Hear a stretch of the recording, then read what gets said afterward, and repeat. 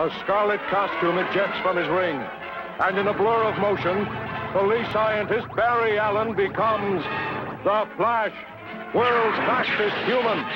The Flash, whose speed enables him to vibrate through solid walls and conquer the barriers of time and space in the pursuit of evildoers. The Flash. How's it going, YouTube? So, pretty much coming to an end, but I just took a 4-hour round trip, so 2 hours there, 2 hours back, up to Richmond, Virginia. So I went to work, got off a little bit early, took a trip up there to drop off my Brembos. So I am having my Brembos rebuilt, powder coated, brand new rotors, brand new pads, brand new hardware, so the pins, everything to do, the pins, the screws, the banjo for the brake lines, all of that. It's all going to be new. So having detective coating from Richmond, Virginia, I'll put the links down in the description, and I'll put their Instagram somewhere on here, or their Facebook as well. So detective coating, I guess, are the people to go to if you need Brembos rebuilt. Ship them to them. They have this nice, awesome program, exchange program, so you can send, so they can send, you know, if you can't take them off your car, they'll send you brand new ones with, you know, of course, a core deposit. And then once you get the new ones on there, swapped out, you take your old ones and you send them to them, so for like a core, which is pretty cool, because a lot of people that need them rebuilt or want them. Keep right to merge onto US 13 North toward I-264 East. Thank you, Siri. That want them rebuilt don't have time to take them off their car, send them in, wait week and a half, 2 weeks for shipping time, rebuild time. Keep right to merge onto US 13 North toward I-264 East. Rebuild time. So it helps out a lot. In half a mile, keep left to merge onto I-664 South. Okay. So it helps out a lot with that. So they're pretty awesome. Justin from there is hooking it up. Two of my buddies had theirs built, and I'm pretty sure a lot more people have had them built. So with that, just getting back, so for a little bit of video content, as soon as we get back home, I'm just going to pretty much just lay out everything that I have for my turbo build, and just kind of just show you guys. So I still have a little bit to go, so I'm sure you guys don't want to follow along with that. So yeah, we'll be right in the garage now. So we're back in the garage. That was a long trip. I'm not gonna lie, it was kind of long, but definitely better than shipping them, waiting a few days. I should get them back.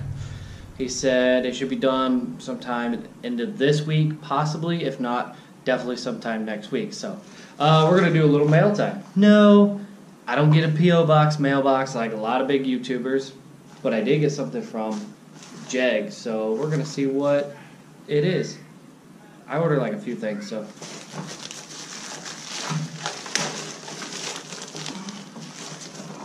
So we have boom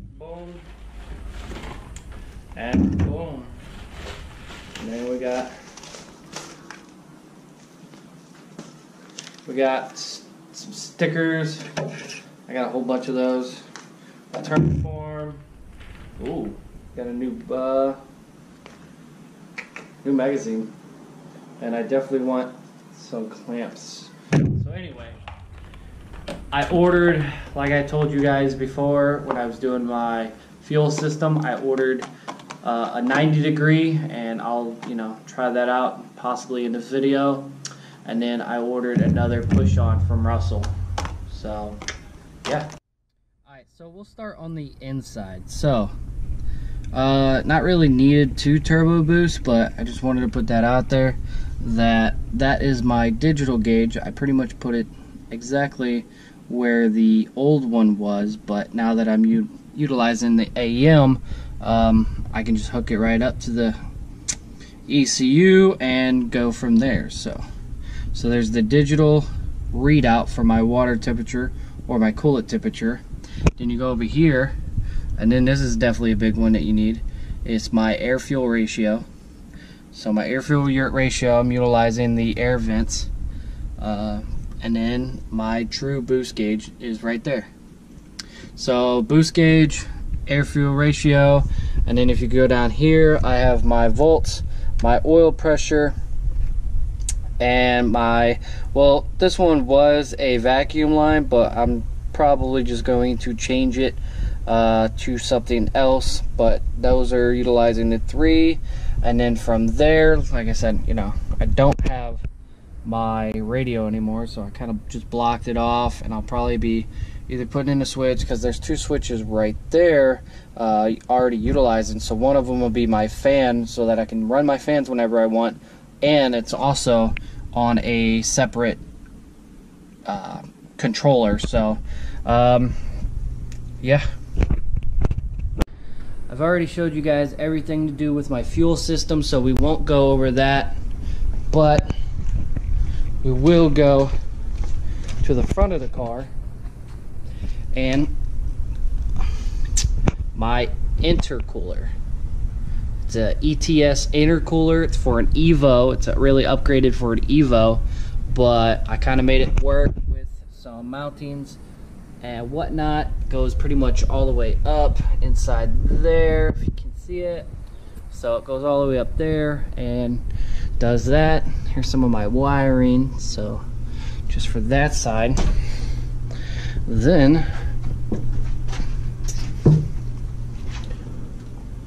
from here I have, I mean, it's not turbo boost, but I have the Street 2 Motorsports power steering reservoir. I got some solid mounts, some poly mounts, so the red black ones, and then the red ones down here. I have pusher fans, if you can see them. I got dual pusher fans down there. That I did to minimize or maximize my room up here, so that I have a lot of room up here. I did get the Mishimoto, I wish they just made black ones, but the silicone hosing, and it kind of just goes with blue and red everything, so it kind of helps. Did that. There's where my my fan controller bung goes into, and then I have my digital one right there. Then I have my cam sensor, which is a really tight squeeze, and my injectors, which are 1200cc injectors. I'm definitely going coil on plug because of my ECU, hence the cam sensor. And then I have a braided Evo line for my clutch. I have a brand new brake reservoir, which I flipped, so if you guys can tell, it kind of hides and tucks it. I have custom all brakes lines, my fuel pressure regulator that you guys have, and here is part of the fuel line that is coming out. My rear oil control valve, or my Myvic, is back in, because I'm utilizing now not just one but 2 because of the distributorless with the coil on plug system. I welded, or I didn't weld, Steven welded for me the heater coil, so they're blocked off. The heater coils are blocked off down there, and up there kind of shaved that part a little bit. Boston Hatcher's custom brackets, definitely a good addition. So there is down there, if you can see, there is my brake setup, then my Chase Bay firewall plug right here. That's where my wiring harness will go instead of right there. I made a little block off. I made one right there too, but I've not put that one back on there. All these lines will go away, besides the braided lines, and other braided lines will be put into place. And then more wiring that I did. My fan controller unit, and then of course, like I said, my fans. And I mean, it's a tight squeeze down there, so definitely tight squeeze.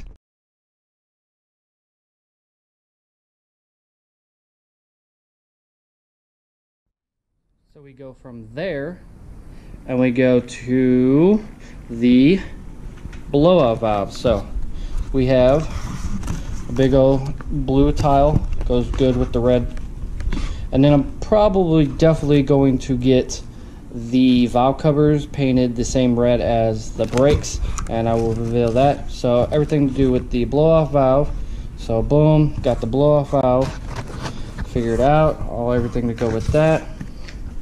Then I have not one but two 38 millimeter wastegates. Hopefully, I know on the Cletus McFarland YouTube channel, he had to get a lot bigger ones. So I don't have twins, so hopefully I don't have to do that, but I do have dual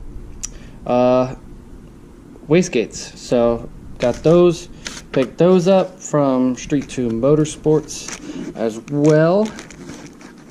So I got two of those. Should be a good addition. And then